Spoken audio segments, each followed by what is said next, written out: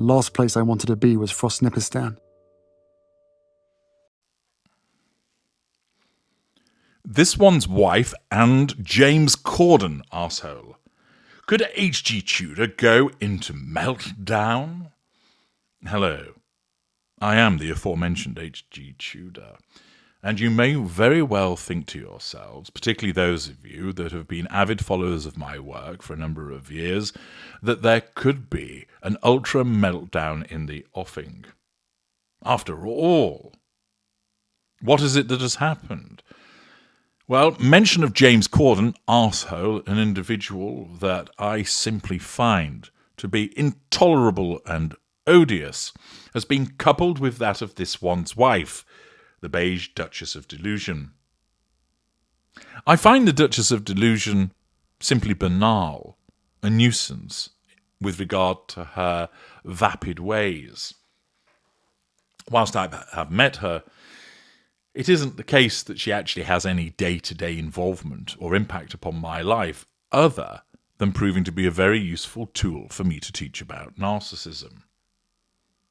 Many people, it's quite clear from the videos that they make, their comments on X for instance, really do become enraged by her behaviour, that they're disgusted by what she does. She really does get under their skin. Not so much with me. I don't particularly like her. I condemn her behaviours because of the way that she's acted towards the royal family. But other than that, I simply see her as a tool that I am to use. Nevertheless, in relation to James Corden, arsehole, that is an individual that does cause the level of irritation within the ultra to rise. And therefore, valuable viewers, I could forgive you for believing that where there is an amalgam of James Corden, arsehole, and this one's wife, that it might send the ultra into an apoplexy of annoyance and rage. If you'd like to be entertained with regard to my observations about James Corden, not only are there numerous videos explaining his narcissism in action, but I recommend that you go and enjoy, savour, my roast of him. Several parts of Corden, arsehole, being roasted by the eviscerating tongue of your glorious narrator. Settle back, crank up the volume and enjoy. And ahead of that, what is it that has brought these two narcissists together in a way that has the potential to infuriate the ultra?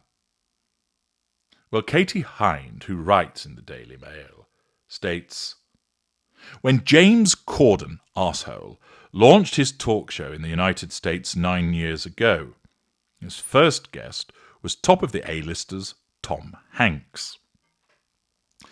The Buckinghamshire-born star had landed in Hollywood just 4 weeks before the Late Late Show debuted stateside. At a champagne-flowing soiree to celebrate the first episode, the journalist asked him, had his production team and their many Tinseltown contacts helped him bag the Forrest Gump star as an impressive first interviewee? Seemingly not. I just rang him, confessed the blasé Corden, arsehole, without looking up from his phone. Rude.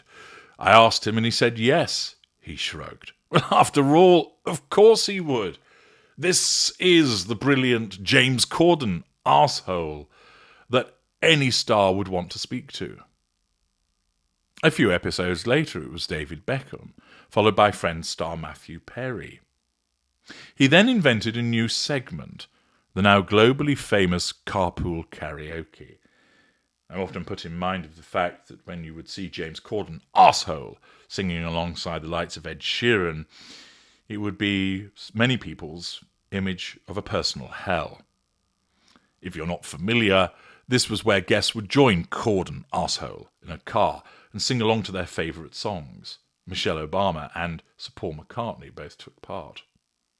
Corden, arsehole's rival, including chat show host Jimmy Kimmel and Stephen Colbert, watched on with envy wondering how on earth the British newbie had secured access to all of Hollywood's brightest stars.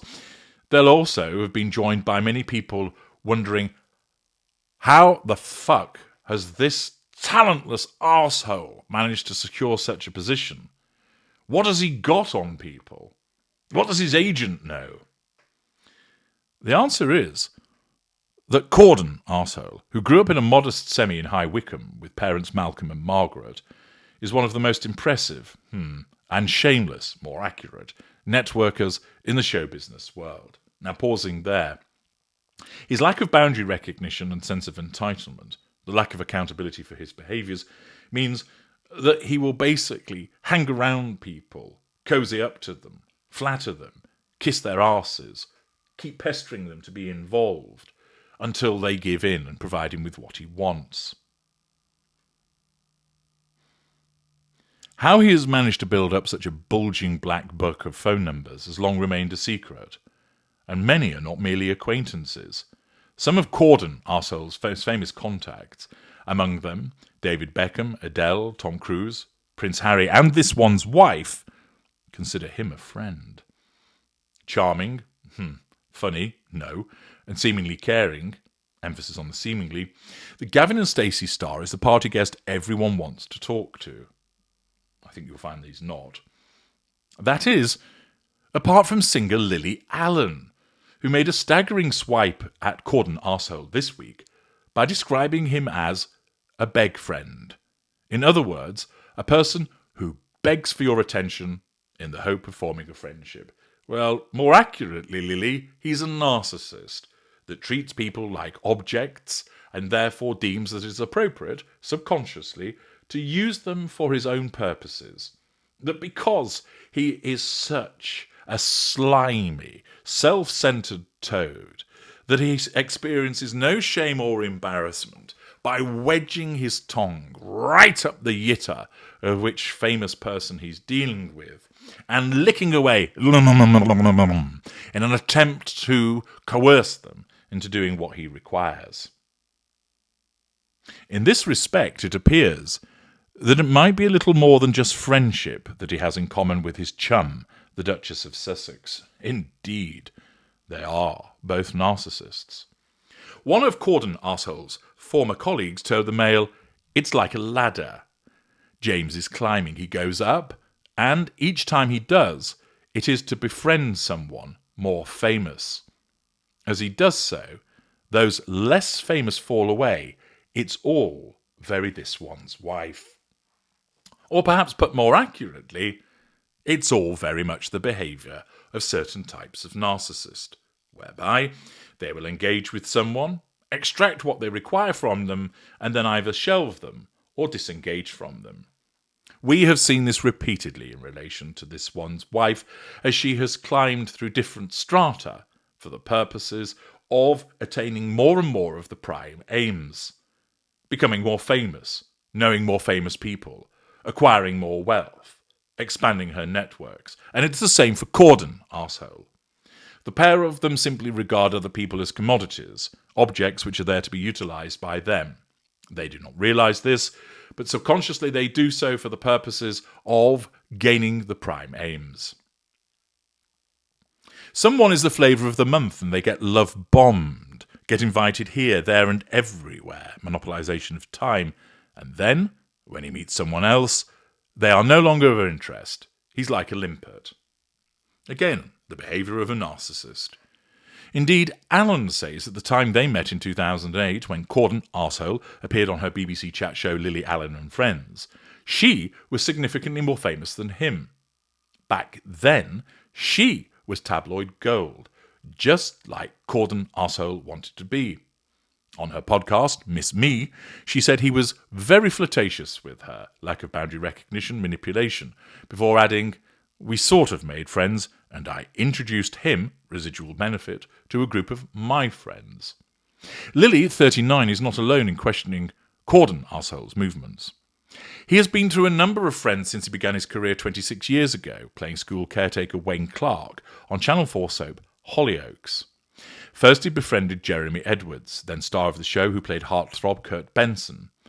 Edwards said some years ago that Corden, arsehole, was super keen to be his friend when he first arrived. The pair would socialise together in nearby Liverpool and enjoyed the benefits that came with being young soap stars, the parties and the women. However, the friendship was short-lived. Edwards told me how he made the mistake of introducing Corden, arsehole, to his rather more famous friend Dermot O'Leary. Corden, arsehole, immediately ditched his Hollyoaks co-star, lack of emotional empathy, objectification, for the former X Factor host.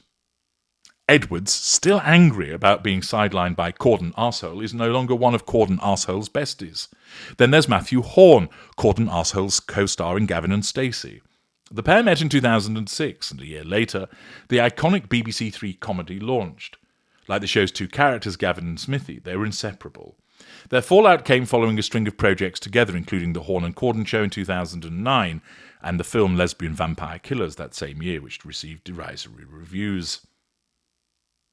They also co-hosted the Brit Awards in 2009, but their presenting was so poor that they later revealed that they could not bear to watch recordings of the show. Not that Corden, arsehole, will be losing sleep over his friendship breakups. Having long been a charmer of journalists, the actor and chat show host has now ingratiated himself with the Murdoch empire after forming a close friendship with Rupert's eldest son and heir, Lachlan, chairman of News Corp, executive chairman and CEO of Fox Corporation. Sources close to the pair say that it is a relationship which not only means that Corden, arsehole, gets to hobnob with some of the most influential businessmen and women in the world, but one which also ensures that almost every mention in Murdoch-owned press and TV is positive.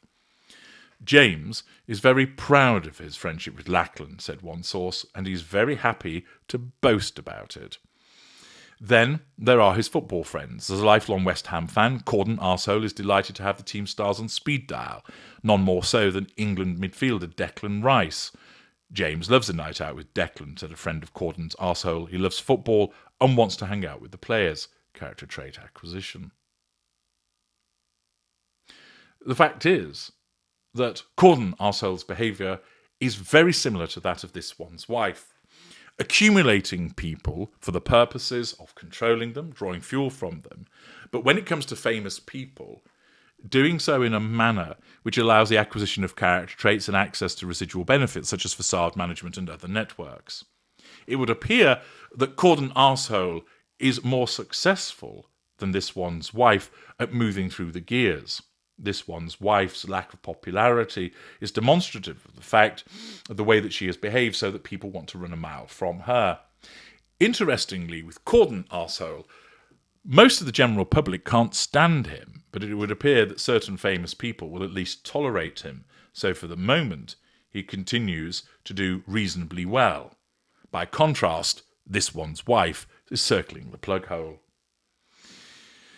What is quite clear is that they are similar. They're similar because they're both narcissists. They're similar because they both use people. They're similar because they will draw people in under the auspices of friendship and then throw them to one side when they're no longer of any use. They use people. They treat them like toasters. And it is quite apt that the two have been compared to one another and form the basis of this particular video. I'm HG Tudor. Thank you for listening.